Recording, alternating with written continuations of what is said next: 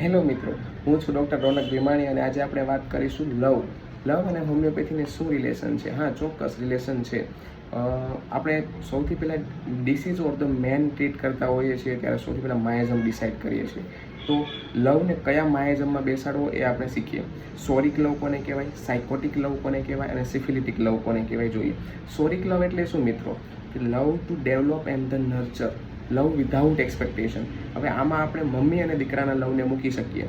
કઈ રીતે? તો કે મમ્મી એ દીકરાનું ડેવલપમેન્ટ અને નર્ચરિંગ એકદમ પ્રેમા રીતે, કાઇન્ડનેસ રીતે કરે છે, પણ એની સામે એક્સપેક્ટેશન નથી રાખતા કે મને એના બદલામાં આ મળશે, તે મળશે.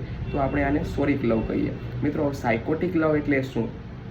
સાયકોસિસ એટલે શું મિત્રો? Accumulation tendency. તો કે લવમાં પણ એક્યુમ્યુલેશન ટેન્ડન્સી આવે. ફ્લાવર, ગિફ્ટ એક્યુમ્યુલેટ કરવું, લવ ફોર સેક્સ્યુઅલ ગ્રેટિફિકેશન, સિલી, ડિસેપ્શન અને આ બધું એક્યુમ્યુલેશન કરવું એ સાયકોટિક લવ કહેવાય. એના હિસાબે પેશન્ટમાં શું ડેવલપમેન્ટ થશે? ગ્રીડ, એવેરાઇઝ, ચીટિંગ એન્ડ ફ્રોડ, આ બધું ડેવલપમેન્ટ થશે. આ સાયકોટિક લવ છે. હવે મિત્રો, સિફિલિટિક લવ એટલે શું? Love for the same sex, lesbian છે, ગે છે, perverted love, sexual gratification from the animal, this kind of all love is the syphilitic love. હવે મિત્રો, આપણે જોઈએ કે લવ રિલેટેડ કયા રૂબ્રિક છે અને એને આપણે કઈ રીતે ડિફરન્શિએટ કરી શકીએ માયાઝમ વાઇઝ, સોરિક, સાયકોટિક અને સિફિલિસમાં. તો સોરિક લવ રિલેટેડ રૂબ્રિક જોઈએ તો affectionate, care, worry, benevolent, disposition to do good will, kindness, charitable, sympathetic and amorous. આ સોરિક રૂબ્રિક છે.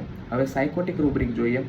Hugging, kissing, amorous, coquettish, flirting, buoyancy, sexual thoughts, desire sex, jealousy, envy, pseudo love, erection wanting, sexual desire less or more, debauchery, adulterous and the lewd. આ સાયકોટિક રૂબ્રિક છે. હવે સિફિલિટિક રૂબ્રિક કયા છે?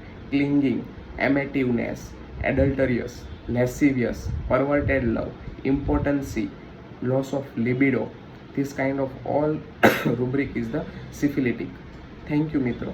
મારા આવા અવનવા વિડીયો જોવા માટે અમારી ચેનલને લાઈક કરો, શેર કરો અને સબસ્ક્રાઈબ કરો. Thank you.